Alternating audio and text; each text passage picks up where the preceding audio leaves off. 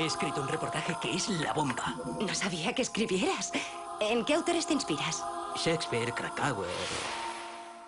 La tía buena que escribió Crepúsculo. Tengo algo perfecto para que empieces. Hay un tío que dice conocer el secreto del Triángulo de las Bermudas. Dentro de 3 semanas alucinarás con mi reportaje. Psst.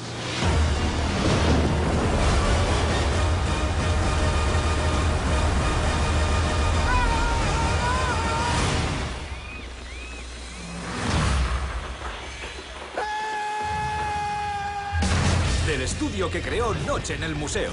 ¿De dónde procedes? Procedo de la isla de Manhattan. ¿Eras tú el presidente? Claro, incluso me llamaban el presidente grandioso. Por primera vez en su vida, era un hombre de altura. Para cortejar a una princesa hay que usar un ligotein de lujo. Enséñame tú. La próxima vez que la veas, dile, me molas mazo, tengo muchas aficiones. Quiero que seas una de ellas. Y por fin puede destacar. Deslizar para desbloquear. 12 mensajes. Parece que me he puesto de moda.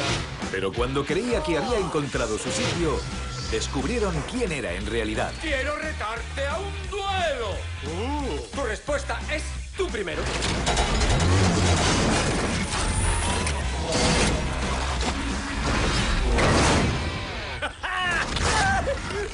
¡Me rindo! ¡No puedes rendirte! ¡Lo prometiste! Perdonad, solo soy un humilde repartidor de correo. Gulliver, te empeñas en considerarte minúsculo, pero eso no es cierto. Tú puedes hacerlo. Demostrará que es el héroe. Quiero volver a ser vuestro protector. ¿Cómo creer nada de lo que digas? Porque soy un hombre de palabra.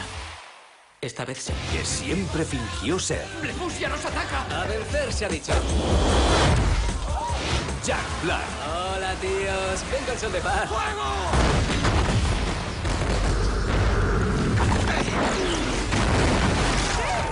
Soy invencible. Los viajes de Gulliver.